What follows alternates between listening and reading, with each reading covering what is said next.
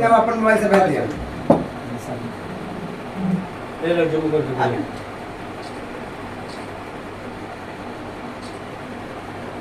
हमारे बाइट आवे के चाहिए भाई। हाँ लाइव चला। पिछले दिनों पहलगाम कश्मीर में आतंकवादियों द्वारा जो 28 हिंदुओं की हत्या की गई है नाम पूछकर, इसका मैं पुरजोर विरोध करता हूं। इस तरह का कृत्य आतंकवादियों द्वारा इसलिए किया जाता है ताकि हिंदुओं को भयभीत किया जा सके। मैं आपके माध्यम से ये बता देना चाहता हूं कि आतंकवादी अपने आप को सेफ ना समझे।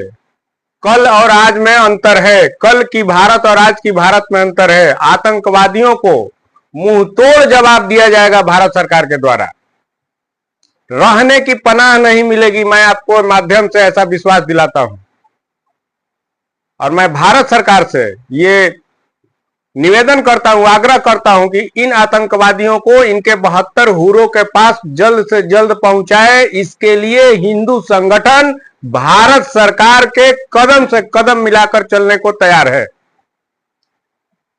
क्या लगता है जिस तरीके से वहां धर्म पूछकर हत्या की गई, यहाँ तो पहले ही जातियों में बटे हुए हैं। देखिए, कल और आज में अंतर है। मैं आपको पहले भी बताया, कल का हिंदू समाज और आज के हिंदू समाज में बहुत अंतर है। कुछ हिंदुओं को छोड़कर आज पूरे भारत का हिंदू एक है और राष्ट्र और धर्म के नाम पर मर मिटने को तैयार है। और इस तरह का कार्य जो किया गया है पाकिस्तान द्वारा कराया गया है और पाकिस्तान को मुंह तोड़ जवाब भारत सरकार देगी। मैं आपको ऐसा विश्वास दिलाता हूं। इसमें तो जयचंद ऐसे ही करे कि वो तो जानबूझ के किए होंगे। रॉबर्ट वाड्रा का एक बात किया जाए, मुलायम सिंह के पुत्र अखिलेश यादव की बात किया जाए, इतिहास गवाह है कि जब जब राष्ट्र और धर्म पर कुठाराघात हुआ है तो इन जयचंदों के चलते ही हुआ है। लेकिन इस तरह के जयचंदों को सरकार और हिंदू संगठन चिन्हित करने का काम कर रही है। इन लोगों को भी दंडित किया जाएगा आने वाले समय में। प्रमाण मांगा जा रहा है प्रत्यक्षदर्शियों से कि कुछ लोग हैं। इससे बड़ा प्रमाण क्या होगा कि नाम पूछ पूछ करके मारा गया। अब इससे बड़ा प्रमाण क्या चाहिए? किसको चाहिए? जो प्रमाण मांग रहा है वो आतंकवादियों का सपोर्टर है और कुछ नहीं।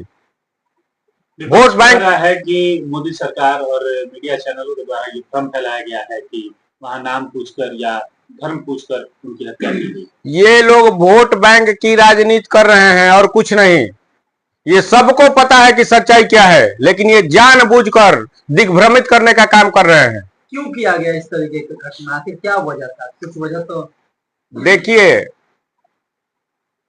हिंदू को टारगेट पर रखता है पाकिस्तान।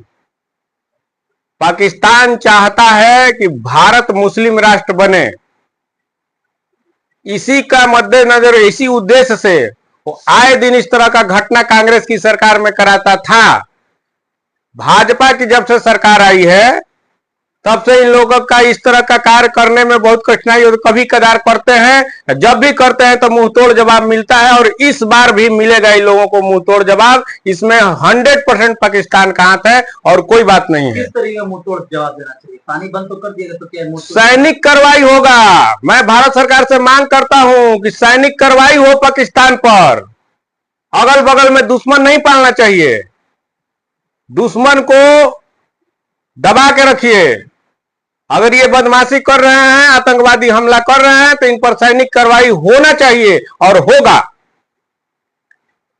घटना पूरे देश को सबक लेने वाला है। जिस तरीके से धर्म के आधार पर पर्यटकों के साथ जो हुआ है वो पूरे भारत के हृदय पर एक कुठाराघात है। मैं आशा करता हूं कि मैं भारत सरकार से मांग भी करता हूं कि यदि वो लोग इस तरीके का काम किए हैं तो उनके उस मौत के बदले पाकिस्तान के सैनिकों का सर चाहिए, जैसा हम लोग गुहार करते हैं सरकार से। हमें विश्वास है कि ये सरकार ऐसा करेगी। जिस तरीके से ये आए दिनों दिन रात ये घटनाएं होते जा रही हैं, ये भारत के समरसता के लिए खतरा है।